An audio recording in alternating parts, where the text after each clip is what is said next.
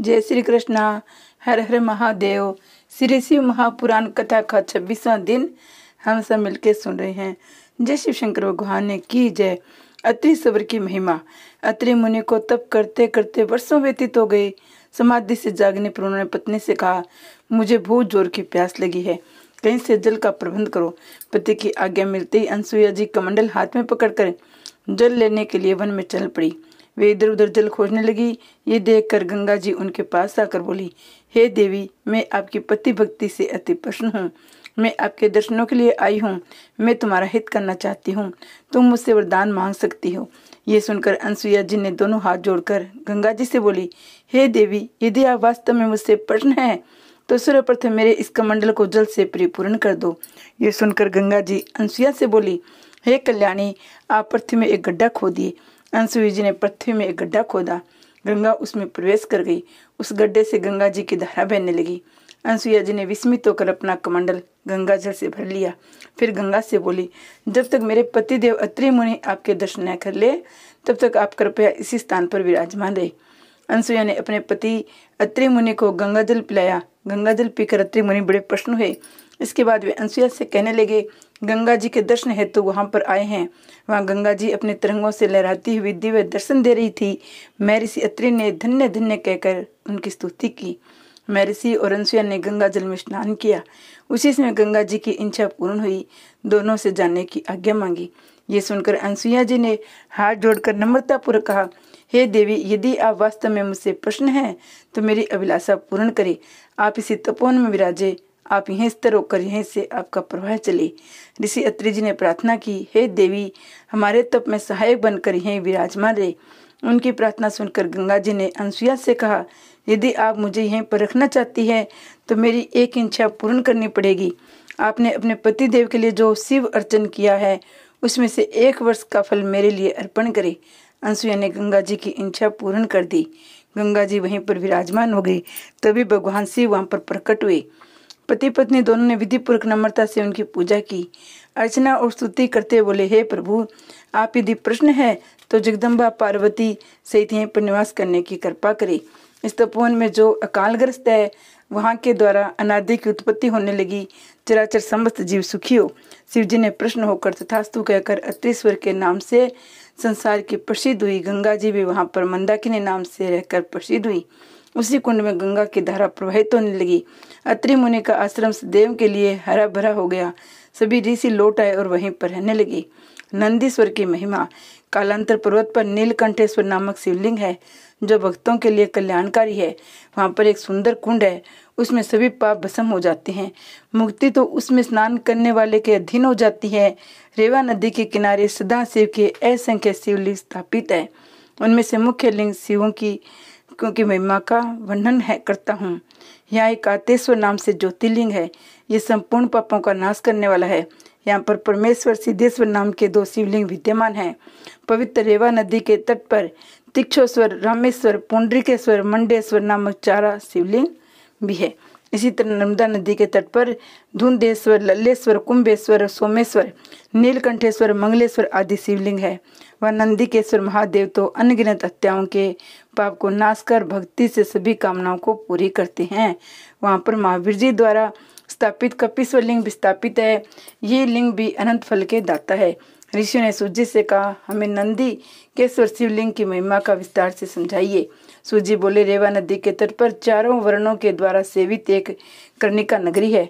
वहां पर एक ब्राह्मण का निवास था। उसके 2 पुत्र थे। वृद्धावस्था में अपनी पत्नी को पुत्रों के पास छोड़कर वह काशी में रहकर तपस्या करने लगा। समय आने पर उसकी मृत्यु हो गई। उसके पुत्रों ने उसकी विधि पूर्वक अंत्येष्टि संस्कार एवं श्राद्ध पिंडदान आदि किए। ब्राह्मण की पत्नी के पास जो धन था उसमें से कुछ अपने पास रखकर धन को दोनों पुत्रों में बराबर बराबर बांट दिया। मृत्यु काल निकट आने पर ब्राह्मण की पत्नी ने दोनों पुत्रों से कहा, मैंने तुम्हारे पिता की तरह काशी में रहकर प्राण छोड़ने का विचार किया था, परंतु ऐसा नहीं हो सका। अब मेरे मरने के बाद मेरे श्राद्ध पिंडदान आदि काशी जाकर करना। मेरी अस्थियां भी काशी जाकर गंगा में प्रवाहित कर देना। उसके सुबाद नामक पुत्र ने माता को विश्वास दिलाया, जैसा आप चाहती है वैसा ही होगा। बेटे से आश्वासन की बात सुनकर शिव जी का ध्यान करते हुए ब्राह्मण की पत्नी शिवलोक को प्राप्त हो गई। ये देखकर दोनों पुत्र शोकाकुल होकर रोने लगे। सभी कुटुंबी व पड़ोसी वहां एकत्र हो गए। पुत्रों ने अपनी माता का अंतिम संस्कार किया। एक पुत्र सुवाद ने माता की इच्छानुसार उनकी अस्थियां काशी ले जाकर गंगा नदी में प्रवाहित कर दी और वहां पिंड दान व श्राद्ध आदि किए। मार्ग में सुवाद ने 20 योजन मार्ग तय करके सूर्य अस्त के समय एक ब्राह्मण के घर में रात्रि विश्राम किया। प्रातः उठकर संध्या वंदन और पूजा की। रास्ते की थकान में उतारने के कारण उसने अपने एक अनुचर के साथ ये दिन भी वहीं व्यतीत किया। रात ने आने पर एक अद्भुत घटना हो गई। उस घर का स्वामी उस दिन शाम के समय कहीं बाहर जाने को तैयार हुआ तो उसे याद आया कि आज मैंने गाय का दूध नहीं दुआ है। इस पर वह अपनी पत्नी से बोला, दूध निकालने के लिए बर्तन लाओ, खूंटे से बछड़ा खोलो। ये सुनते ही उसने पति को दूध निकालने के लिए बर्तन दिया। बछड़ा खोलकर गाय के पास ले गई, कहीं बछड़ा अधिक दूध न पी ले। ये सोचकर बछड़े को गाय के थनों से हटा दिया गया। इससे बछड़ा खूब उछलने कूदने लगा। ब्राह्मण के अधिक रोकने के प्रयत्न करने पर भी उसके पांव में ठोकर लग गई।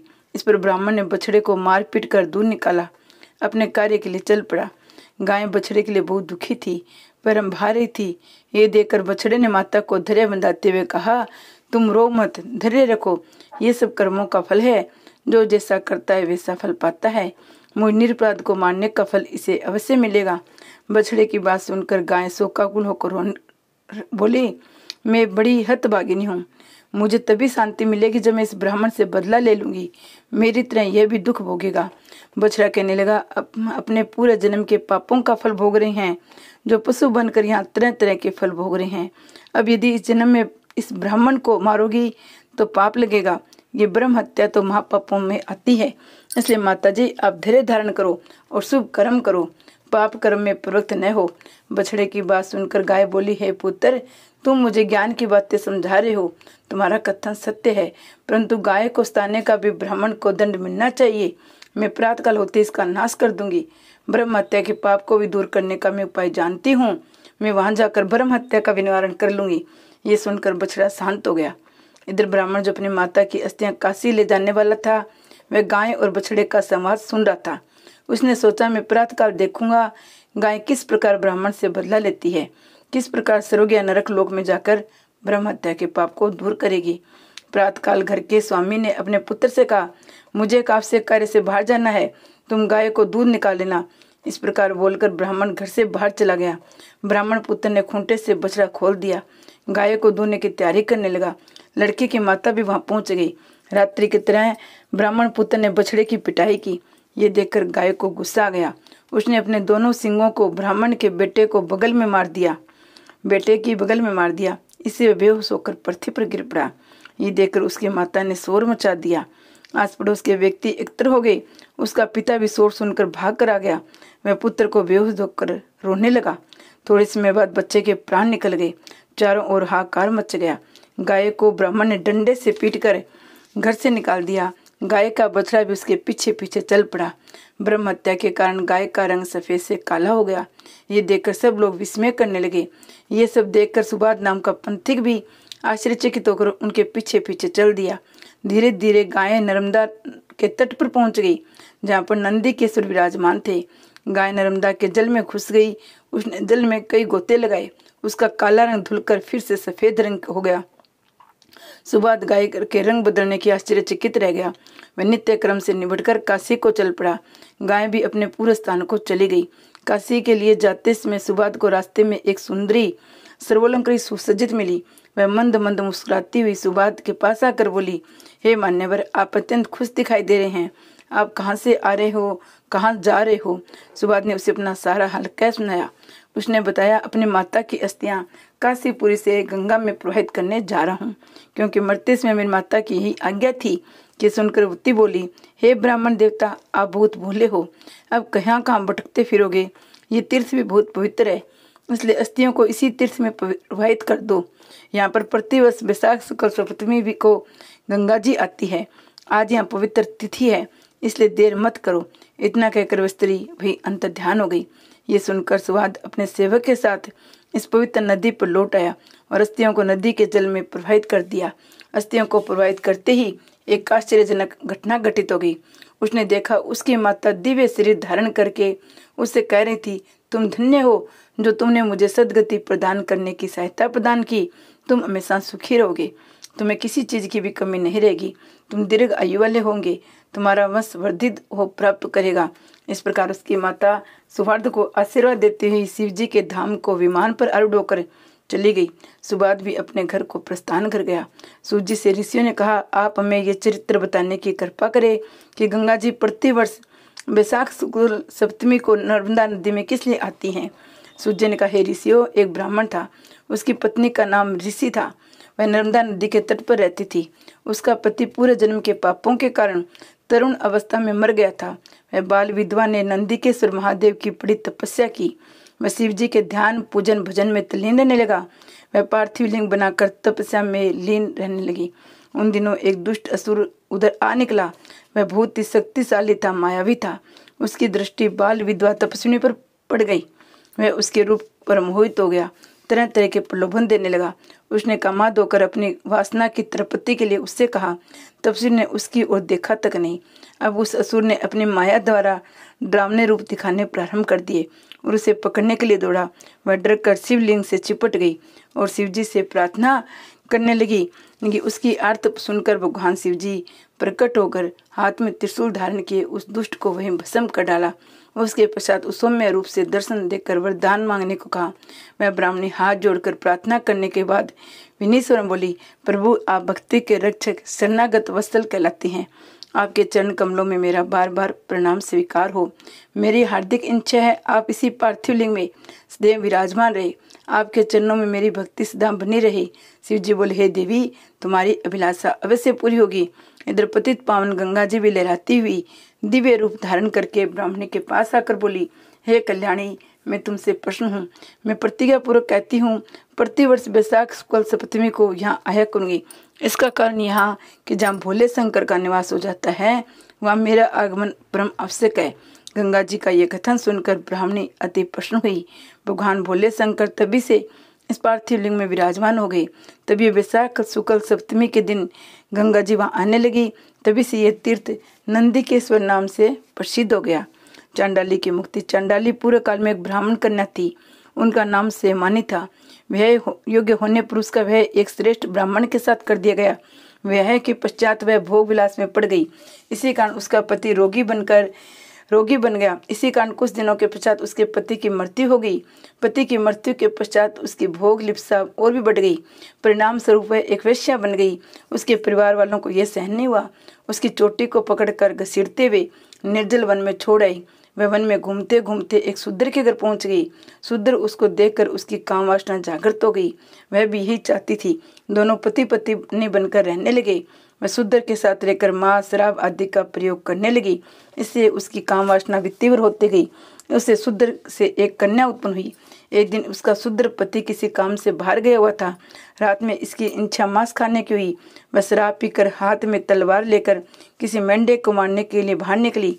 उसकी खिरक में गाय का बछड़ा और मेंढा दोनों पास बंधे थे।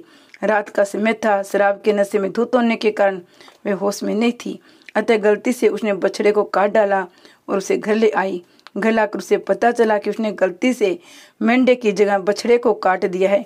इसे बड़ा पश्चाताप होने लगा, परंतु मांस की लालसा भूख के कारण उसे भूनकर खा गई। समय आने पर उस दुष्टा की मृत्यु हो गई। यमदूत उसे बांधकर यमलोक में ले गए। यमराज ने उसे गोहत्यारी जानकर तरह तरह की यातनाएं दी। इसके बाद उसका जन्म शूद्र चंडाल किया हुआ।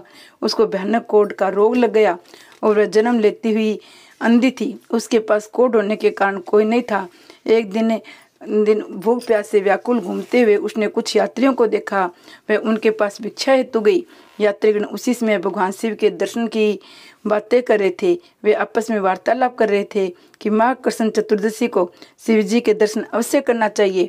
अब वहां पहुंचकर उनके दर्शन अवश्य करेंगे। ये सुनकर चंडाली ने भी उस दिन शिव जी के दर्शन करने का निश्चय कर लिया। वह रास्ते में भीख मांगते हुए गोकर्ण तीर्थ में पहुंच गई।